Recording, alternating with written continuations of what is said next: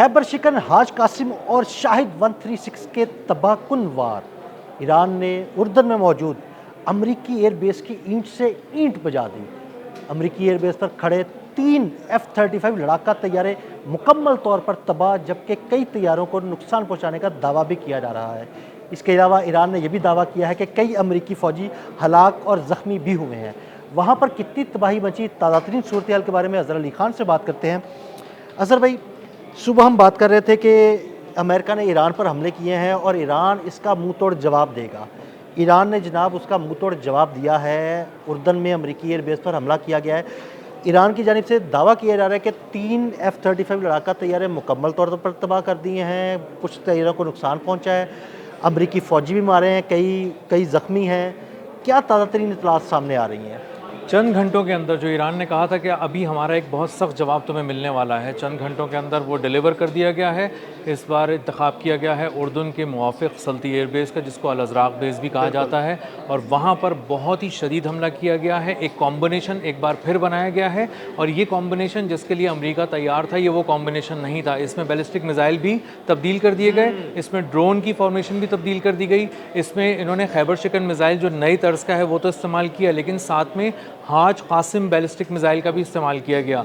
और इसी के साथ शाहिद 136 ड्रोन जो एक स्वार्म की सूरत में आते हैं, झुंड की सूरत में आते हैं, और एयर डिफेंसेस को ओवरवेलम कर देते हैं, पागल कर देते हैं, और तमाम जो रेडार्स और एयर डिफेंसेस हैं उसको नाकाम बना देते हैं। तो इन्होंने ये कॉम्बिनेशन बनाया। अच्छा, इस कॉम्बिनेशन की आपने बात की, मैं ये पूछना चाहता हूँ कि देखें, पिछले कुछ दिनों की जो जंग चल रही थी उसमें शाहिद 136 जो है ना, वो बिल्कुल मंजर आम से गायब था। मुख्तलिफ़ किस्म के दूसरे ड्रोन इस्तेमाल किए जा रहे थे और दूसरे मिसाइल इस्तेमाल किए जा रहे थे। अचानक एक दफ़ा फिर शाहिद 136 आया और उसके साथ हाज कासिम आ गया, उसके साथ दूसरे मिसाइल आ गए। ये एकदम फॉर्मेशन क्यों तब्दील की गई?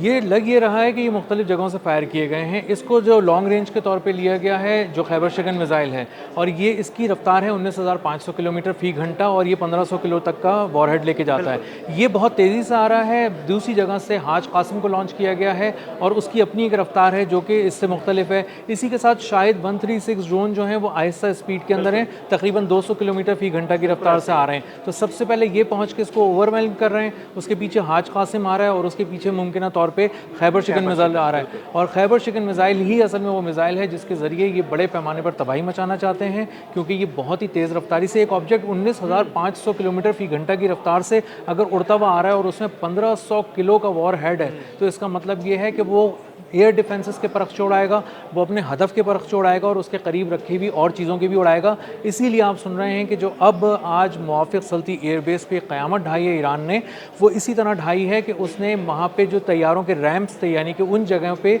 उन शेल्टर्स में, बड़े बड़े शेल्टर्स जिसके नीचे F-35 तैयारे खड़े हुए थे, तकरीबन 6, उनको मुकम्मल तौर पर तबाह कर दिया गया है। लेकिन चूँकि ये आर्मी की अपनी एक टेक्निकल लैंग्वेज होती है, उसमें बताया गया है कि 3 तैयारे मुकम्मल तौर पर तबाह हैं, जबकि 3 को बहुत ज़्यादा नुकसान पहुंचा है। बहुत ज़्यादा नुकसान जिन 3 तैयारों को पहुंचा है। अज़हर भाई, बहुत ज़्यादा नुकसान का मतलब तो ये है कि वो उड़ने के काबिल नहीं रहेंगे। उड़ने के काबिल नहीं रहे होंगे, हो सकता है वो 2 टुकड़े हो रहे हों, किसी तरफ से बहुत ख़राब हो गए हों, तो उसके ऊपर अब दोबारा नए सिरे से पूरा काम होना है।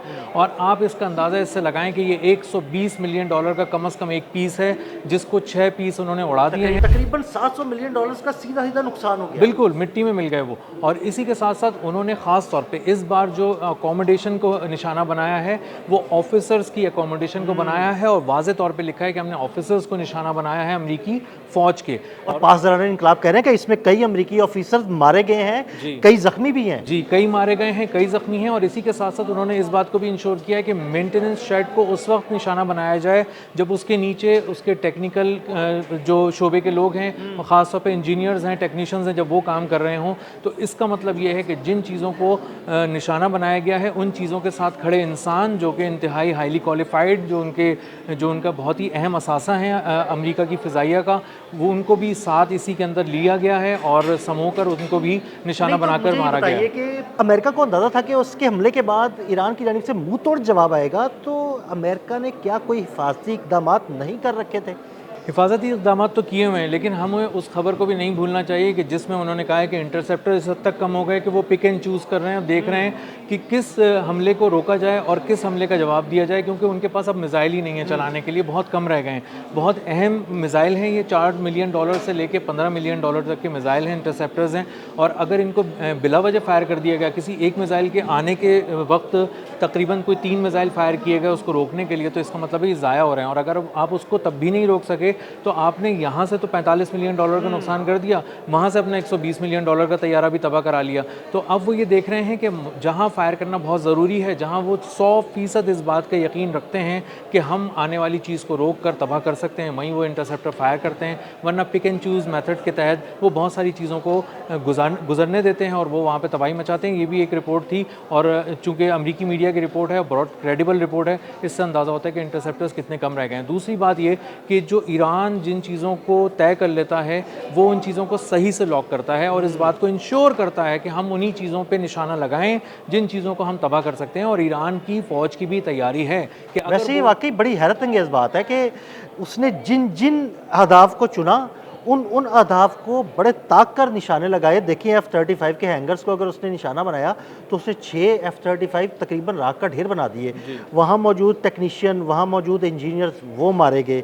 तो मैं बड़ा हैरान हूँ कि वो जो भी अपने निशाने लगाता है ऐसे ताक कर लगाता है कि वो चूकते नहीं हैं। हर दफ़ा उनका एक अलग ही एक टारगेट होता है। कभी वो किसी एयरबेस को चुनते हैं और वहाँ पे सिर्फ असले का एक डिपो उड़ा देते हैं, कभी वो किसी बहुत बड़े वेयर हाउस को उड़ा देते हैं, कभी वो सिर्फ एयर डिफेंसेस को वहाँ पे नाकाम बनाते हैं पहली फुर्सत में।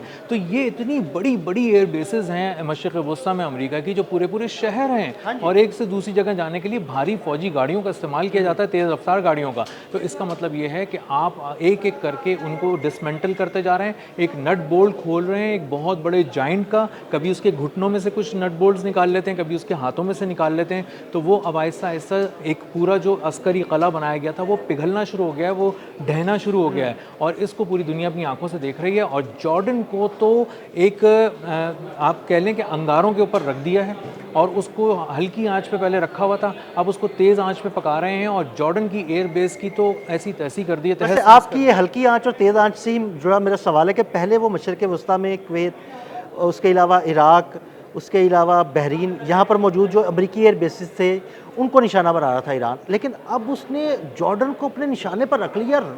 जब उसे मौका मिलता है जॉर्डन में मौजूद अमरीकी एयर बेसिस की ईंट से ईंट बजा देता है। उसको बजाना, उसकी ईंट से ईंट बजाना बहुत ज़रूरी है दिल भाई। उसकी वजह यह है कि उर्दुन जो है वो इसराइल और इसके बिल्कुल संगम में वाक़ है, और अगर आप उर्दुन को कमज़ोर कर रहे हैं, उस वहाँ पे मौजूद अमेरिका की बेसिस को तोड़ रहे हैं, तो इसका सीधा मतलब ये है कि आप आधे इसराइल पे भी वार कर रहे हैं साथ साथ, और इसराइल की ताकत को भी तोड़ रहे हैं। तो आने वाले दिनों में यहाँ से बहुत बड़े हमले होने थे और हो भी रहे थे ईरान पे। और जो वो प्लान करते हैं कि हम दो तरफ से हमले करेंगे, यहाँ से जॉर्डन से जाएंगे जहाज़, वहाँ से इसराइल से भी जहाज़ आएंगे ईरान को तबाह करने के लिए। तो ईरान असल में आने वाले दिनों में जो उसके ऊपर एक जंग का एक पूरा पत्थर ला के वो पहाड़ ला के गिराना चाहते हैं, उस पहाड़ को वो दूर अंदेशी के तहत पहले ही रेज़ा रेज़ा कर रहे हैं। और इस हद तक हमले किए हैं जॉर्डन में कि अब लोगों ने ख़त लिखने शुरू कर दिए हैं अपनी हुकूमत को। तमाम एलीट क्लास ने, सैकड़ों लोगों ने ख़त लिखे हैं कि अमेरिका से जान छुड़ा लो, ये उस जंग में आया है जिस जंग में हम हैं ही नहीं, इसकी वजह से हम पिटना शुरू हो गए हैं, हम अपने आप को गैर महफूज समझ रहे हैं। और जॉर्डन भी अब पूरी दुनिया में, पहले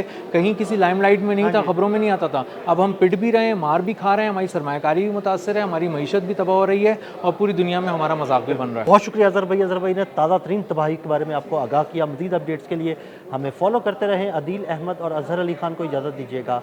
अल्लाह हाफ़िज़।